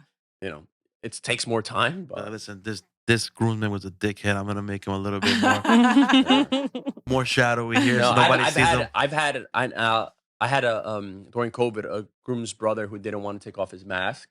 No way. I swear to God. So he didn't want to take off his mask the whole entire day. We were doing family photos. So we did the bridal party. We had one of those. Yeah, we had a Well, few of those during Yeah. COVID. So during the bridal party, he kept it on. The bride was like, "Are you gonna say no? Okay, all right." So I did my job, and then I'm like, you know what? The bride, the couple really wanted the photo. The bride wanted the photo. How the fuck am I gonna do this? So what I Put did him is at the end. I did a portraits of after the ceremony. I did portraits of the family, and the dad reached to the son, and he's like, "Take that shit off. It's for your brother's family photo. Like you're not gonna keep it up for the family photo. You're here with everybody. Took it off. So I grabbed I That- Photoshop The head swap. the Nice. head swap, and I remember I'm like, all right, and I like when it's like on the moment, you're like this is the opportunity. Yeah. So I made sure it was his left side. Put him on the left side. Photographed it, and then I said, "Hey, I have something for you." And I sent it to the bride. I'm like, I got him without the Nice. mask. But it's crazy because like they don't see the value in it. They're like, he really didn't want to have it. It was because I found out it was because the wife wasn't at the wedding. She was, they had a new. I understand they had a newborn, but it's your brother's wedding. Yeah, just like Right, take it just off. quickly, real quick. don't Yeah. breathe. Or like he could have said, "Can you put me here?" Yeah. And you could have just like stitched them Yeah. over or Yep, something. yep. Like, Yeah. Mhm. So, but it worked out. So like that's why I try to do it with bridal party, family, get something that's meaningful. I think photographer needs to pay. I think the importance of year wise. I think photographer needs to pay more importance to family photos. I think a lot when I see a lot of photos, like I think it comes second or third compared to like wedding portraits, like couples Yeah. portraits. Mhm. But I think family photos should. It's the same thing with wedding party too. Like I know a lot of people teach this, like those are your future clients. And I'm guilty of that. I want to get things done quickly. And so sometimes I'm just speeding Right, through yep. but sometimes you do click with the Yeah, wedding of party course, and yep. the family. And But yeah, I feel like some people don't really. They just take them wherever, like Yeah. bad lighting, Right. Oh, and yeah, Out you of yeah, know, yeah. misfocus, bad lighting. yeah, Like, freaking dappled yeah. light, like the dad's eyes, Right, like right. Yeah. Somebody's covered But in the back. all Yeah. it takes is literally maybe a minute to be like, okay, let's move to yeah. this side of the. It's also knowing, hey, where the sun is. Okay, Right, where's the right. light? Some people Like, are Figure it scared out. to like, Yeah. for instance, like you have a wedding at the Liberty House. Obviously, you want the city in the background. I almost never shoot Yep. family photos towards the city because the sun is always Lighting, on there. yeah. And I tell them, like, Yeah. we can do one if you want. It's not going to look great, Yeah. but can we But do we're it gonna my do way this one. after? Yep. Yeah. Mhm. Yep. A lot of Always. people are scared to, Yeah. They take need to. charge Yep. and upset them. Like, you have to. You have to, and they appreciate because Oh yeah. you know how many times, and I'm not gonna say like to my own horn, but like couples, they like a part of bridal party or like aunt, uncle or something. Like, what? I really appreciate how you took charge of this situation. Yeah. Yep. Because come they, to they you. notice Yep. it. They notice it because they've been part of a lot of Of weddings, other weddings, and they yeah. see other photographers that they're like they don't know Disaster. they don't know what to do. Yep. So being confident in what you're doing because they look at you as the professional. You Right, might not right. think like you might feel somewhere, but they look at you for direction. Okay, what we're gonna do, and you take charge. People start Yep. moving. You just gotta Yep. you gotta talk a little louder. You have to be Take organized. control. She has Yep. to scream at people and grab Yeah. them. Yeah, no, but You that, have but to. You people need to. appreciate Show it. people Oh, yeah. around. You But they need to. appreciate it. And they're Yes. like, oh, thank you so much. Thank you, and they'll be Yep. like at the end, like, oh my, thank you so much for Appreciate that. for Yep. working with the family and bringing everybody. Because again, you think these people, some of these people, they've done this before, but it's like they never done it before. So I you have can't, to. yeah. I can't tell you how many times we've gotten people like our relatives like after we're all done with your list, can you do a photo of me and my wife, which is Right. like Right. Yep. the bride's brother. Yeah. Then they go, yeah, we just got married and we have no photos of it. Yeah. I'm like, what? So sad, right? I'm just like, are you kidding me? Like the last wedding we did, the bride's brother and his husband, they got married somewhere in the UK, right? That's what he told me. He was like, they have no good photos of them too. I'm like, but it was your wedding. Like, how do you have not Yeah. one good photo? Like, Yeah. so we took a nice formal shot of them. I'm just like, this is like standard. Yeah. Like, Yeah, they It's ran out of crazy. time because the photographer was making composites of the wedding party. Yeah, right. No, and that's a good point that you bring up because actually I booked a client who she reached out to me. I'm not gonna say the venue because I don't know if they listen to this or but the photographer, New Jersey photographer, shot the wedding, beautiful venue, right? Beautiful venue. She said they got no photo. There's not one photo of him and her looking at the camera close up. There's Because not of the one venue? at the venue. The photographer that I looked at, they shared the information with me with the photographer. Good photographer, but didn't get one photo of her, them two together looking at the camera. Traditional A ones, tradition, yep. just Yep. looking at the camera. What, in front of the house or somewhere in the No, Just any- at the any. venue. He just said just At the stand the venue. formal shot. Stand- of the the venue, venue. venue prevented that from happening? No, and the No. venue. The It was a photographer. beautiful venue. The So photographer. so I can't even say that like Focus. it's an ugly venue or anything. So great situation. Like venue was great, weather was great, everything was on par. Pretty much, But- she just did creative shots, right? Yeah, she just did creative shots or this Yep. stuff that the couple that doesn't value it. And Yeah. sometimes that traditional shot, as much as creative as people want to be, you have to always think you need to Yeah. have the basics. It's And- the traditional ones Yeah. they post and send it out as thank you cards. It's the ones they yeah. print and the ones They that end put up it on the cards. refrigerator. Yeah. Yeah, That's what I yeah. would tell them. I always tell them we're gonna do like one or two of these. These are the ones that your family and your Yeah. parents are gonna print. That's why I always say that. Yes, yes. And These they go go, in the yeah, let's get it refrigerator. done. And Yep. I just Yeah. smile at Yes. me. Takes 2 boom, Look at boom. me. seconds. Yep. And so Vertical, Yeah. horizontal. Of course. and yep. some of the younger people, like the younger couples now, as you move out of that age group of people getting married, your clients are still going to be at the same age, right? So what happens is I think I'm seeing this. I don't know if you guys are seeing this, but a lot of them are not taking into account like grandparents. Like they're forgetting all about like grandparents or like. Mm. So what I'm seeing is on the wedding day I have to then be like, okay, that's your grandparent? Okay, let's get a photo with them. Like, Let's bring. Why the and fuck are actually- they not in the photo? Yeah, and that's something that's new to me, strange to me. And what I do is I try to really do a good, like I'll get them. Even I remember I did the one this year where it was in the ballroom, right? We were in the ballroom. I made sure to take them outside of the ballroom, right? And so I could have a nice clean background, no lights or anything crazy. Just have something nice, clean, so that it's like a nice portrait for them. And it took me maybe 5 minutes to get them out of the ballroom onto on the hallway and get a photo. Yep. And maybe they didn't appreciate that now, but maybe Oh, when yeah. grandma is no longer Yeah, here. they're gonna print that photo Yeah. for the Yeah, funeral. they'll definitely appreciate it in the future. And Oh, it yeah. I had, even ties in with like family dynamics. So the last wedding we did too, she didn't want her mom helping her get ready. She's like, I don't need her energy during this process. Fine. She couldn't get into the dress, so she had to be sewn into the dress. Who's the only one that knows how to sew? Mom. So we finally got mom in there, sewed her into the dress, got her into it. I don't know if she still appreciated that step of it, but she didn't have a portrait of her or her mom alone later on in the day. So I was doing family photos. I go to her. Let's do one of you and your mom. Not for her. I did it for her mother because I was like, she's kicked her mom out of prep. Her mom actually came and saved the day by getting her into her dress. So I was like, let's do the portrait of your mom. Her husband was like, you don't have to if you don't want to. So I kind of felt, I was like, you really don't have to if you don't want to, but I think you might appreciate it in the future. She's all right, let's just get it done. So we got it for her in the future. And I know in the future she'll probably appreciate it. Remember that moment of like, my mom saved the day. And now I have this picture of the two of us. So it's all those family dynamics too that you have to deal with. And then she took one with her dad too right after. Because I told her to. Yeah. I guess she It's hard to say because you obviously you don't know the dynamics, but I know from experience, like one time we did a wedding and the bride was just very like frustrated and like pissed off. The mom didn't do anything, so we had the dress hanging like on a door frame, and the mom just like goes around it, and she like chewed her mother up because of it. She's like, "My dress is there. You're gonna drop my dress," and her mom didn't even come close to the dress. Now she wants no prep photos with her mom. So she kicks her mom out of the room, and I'm just me and Jenn are just like, what the fuck just happened? Yeah. We shot the wedding. A couple of days later, she goes, I know you probably don't have, but is there any other photos with me and my mom? Jenn told her straight up, like, you kicked your mother out of the room. Like not we there. How can't we gonna- magically Mhm. Yeah. have her appear in your photos. She was so upset, like with Mhm. herself. Mhm. And I'm just like, well, what the hell you kicked her out for? Yeah, Like why she would didn't do you nothing. that? We She can- did nothing. for a simple fee. Yeah, of- I heard. I Jenn mean, could now, dress up as your mom. I mean, now,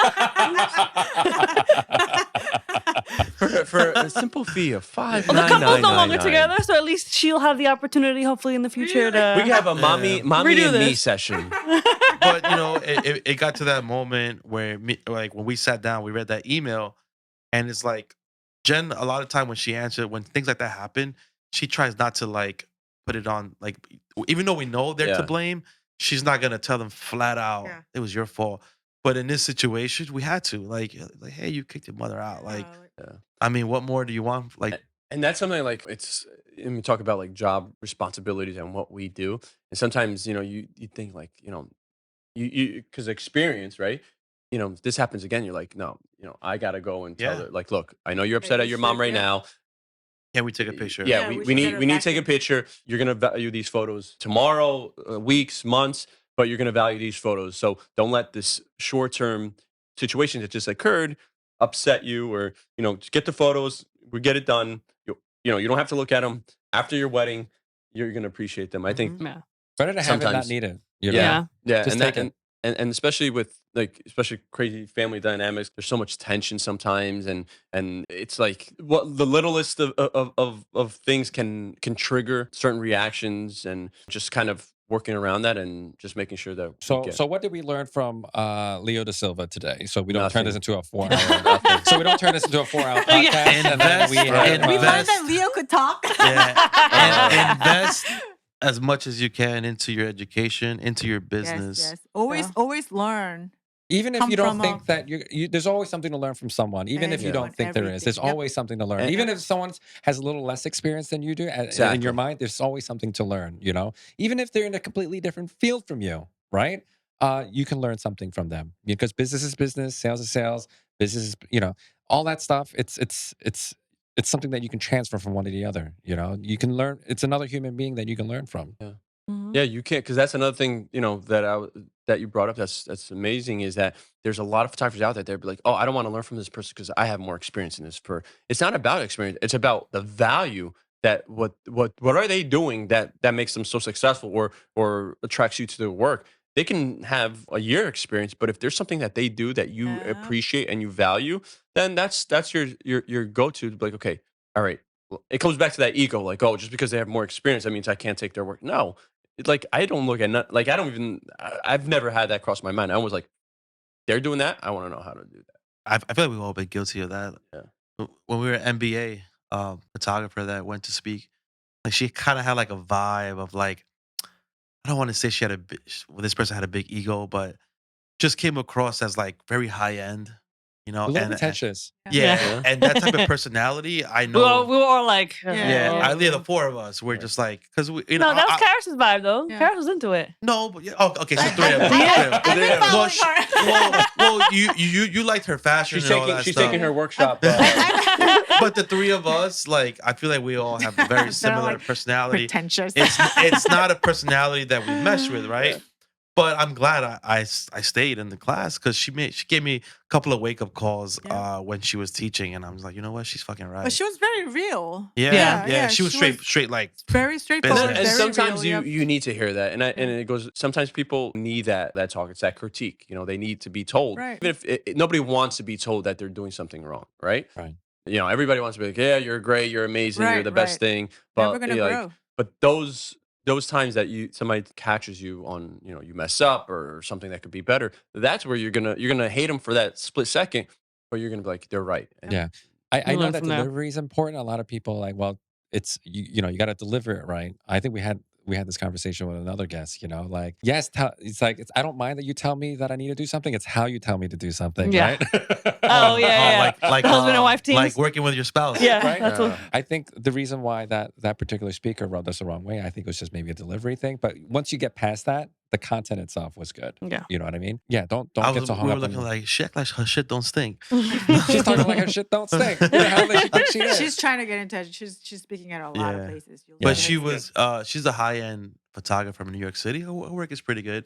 So the way she came across at first with like the three of us, just like Real another high end Not New York Karis. City way. You know, like, yeah. We have tea, right? We have some tea to talk Hot about topic. too. A hot topic. Which one are we talking Oh, about? We the have several TikTok things. The Oh, TikTok. yeah. Sure. from Let's- yesterday. Did you see the TikTok from yesterday? No, I did. That was going viral. I don't even Which know. Are one? you on TikTok?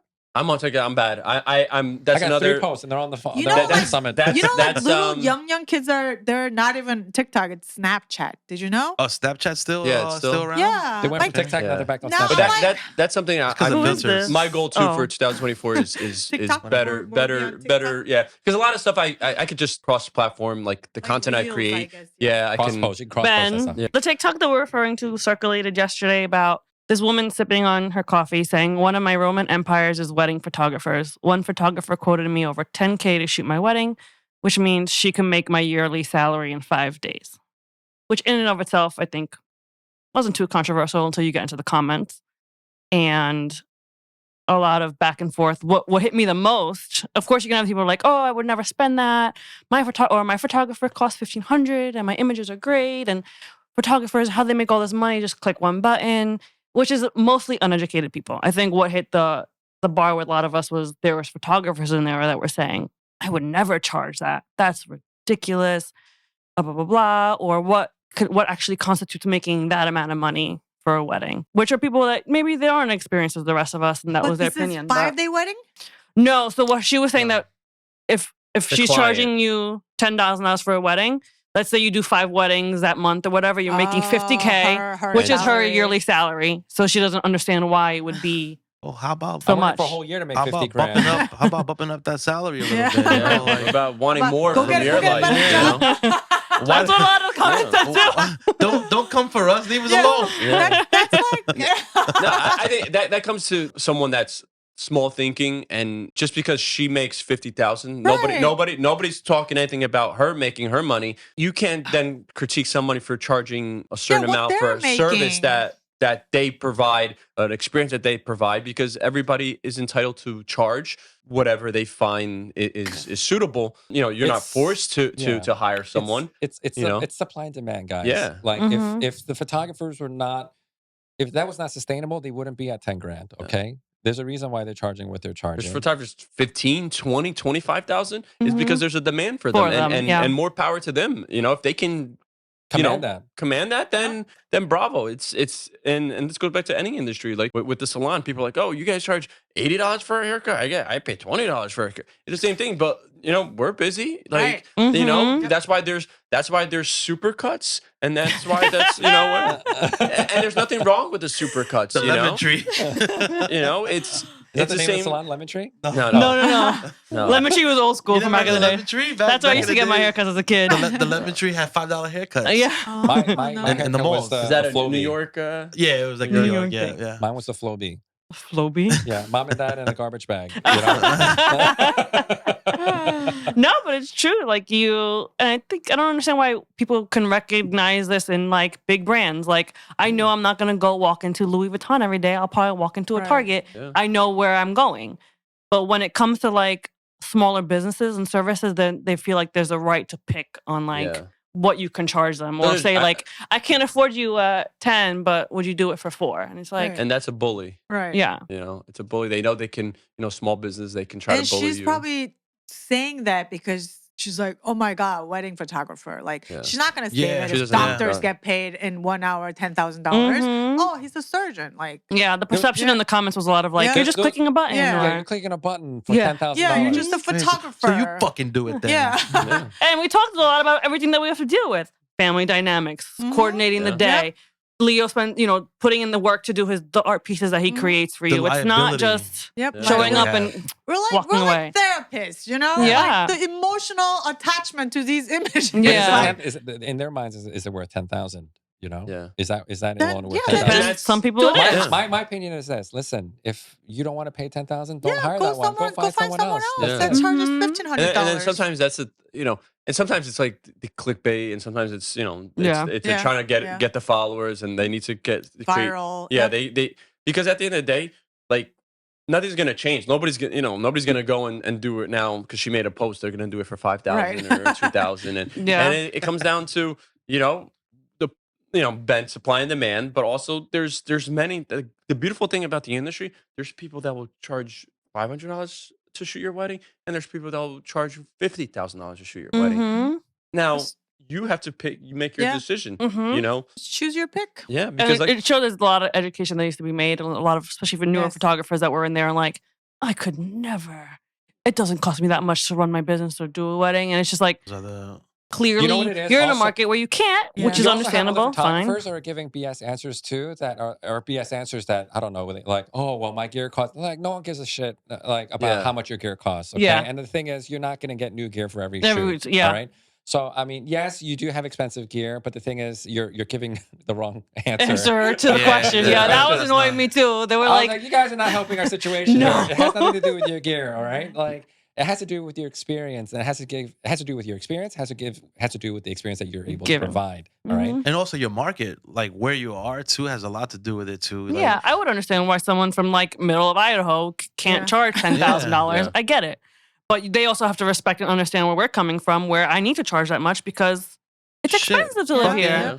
yeah. To get to the cities, $80. I was just Yeah. going to say What the that. And if you're gonna come back to me and say, "Oh, well, don't live there," well, there's more Yeah, opportunities here. Well, tell so my this is what I'm fucking saying. parents that when they moved here.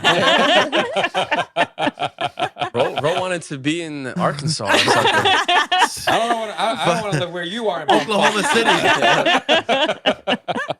Send me to OKC. It'd be just Molina Photography. My business model would be: you pay me what you want. Yeah. Yeah, but it's a broad argument. But yeah, that's the tea. that's not a me problem that you can't, that you don't want to pay. Affordability is one thing that I don't determine that. You determine that. Yeah. $10,000. Yep. So I can't- If the photographers were not able to charge that, they would not charge. they that. wouldn't charge out. Yeah. Yeah. My whole thing is like I'm not even like upset I did that. I'm more upset like they're exposing us to make them to these incomes. Like I want the photography community to be fly under the radar.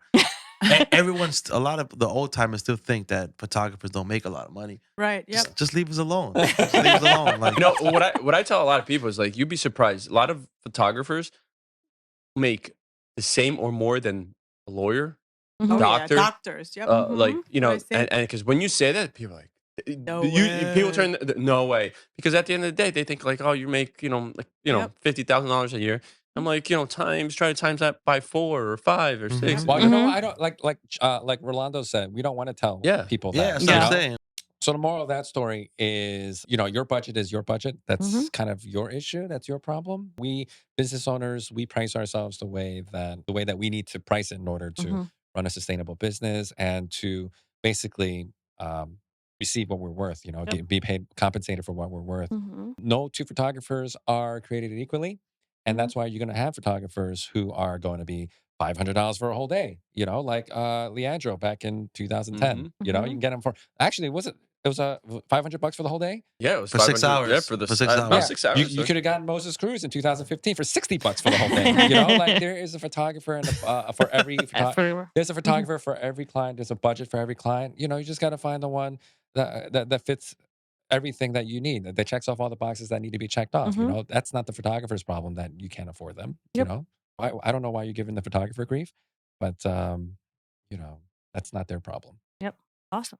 Who knew that Leo was such a talker? We did. We've been around Leo enough. I'm trying to catch. I'm like, I think I'm talking to you. Let me shut up. It's bad. I ran. I think You're I just rambled. flowing. It's okay. No, it's fine. It was good. It was very valuable information. It was good. It wasn't like rambling and giving crap. It was very good, insightful stuff. That one time that I talk about my wife and we have this agreement where anything under $200, we don't have to tell each other. Right? I thought it was $500. No, it's $200. It's $2,000. And for Karis, it's $2,000. Yeah, it's $200. So like one time I was on Facebook Marketplace and I saw this canoe. Oh, don't do the canoe story. All right, we're done. Get the fuck out of here. And that's a wrap, you guys. Thank you so much, Leo, for joining us today. We really appreciate it. I It thought you was were going somewhere awesome. else. He was waiting to catch me with that. And that's the perfect segue to the end. Thank you, Leo. No, thank you so for much having for me. joining us. We appreciate you taking the drive down So here. how can people find you, Leo? Find me on Instagram, Leandro _DaSilva_photography. And it's very long. But I promise if you just type in Leandro, Leandro, I'll probably be one of the first things to pop up. So. That's awesome. Thanks again. Thank you We for appreciate it. stopping by. Closing out? Yeah, go ahead, Ben. No.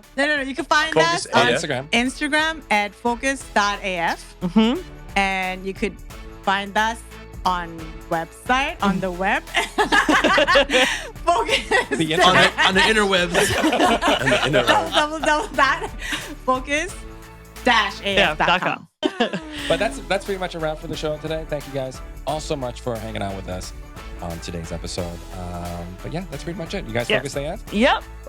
Thank I'm ready. you. I'm ready for lunch. All right. let's Have a get good out of one, here. guys. All right, guys. Bye. Adios. Bye. Thank you. Focused AF is a fun, business-focused podcast for wedding creatives. Co-hosted by award-winning husband and wife wedding photography teams, Ben and Karis. And Jenn Ro, where we help fellow wedding creatives with their sales and marketing. With laid-back conversations and real talk with some of our most favorite people in the universe. And with that being said, are you focused AF? I am Focused AF today. We are Focused AF. I think I might be Focused AF. Welcome to the Focused AF podcast.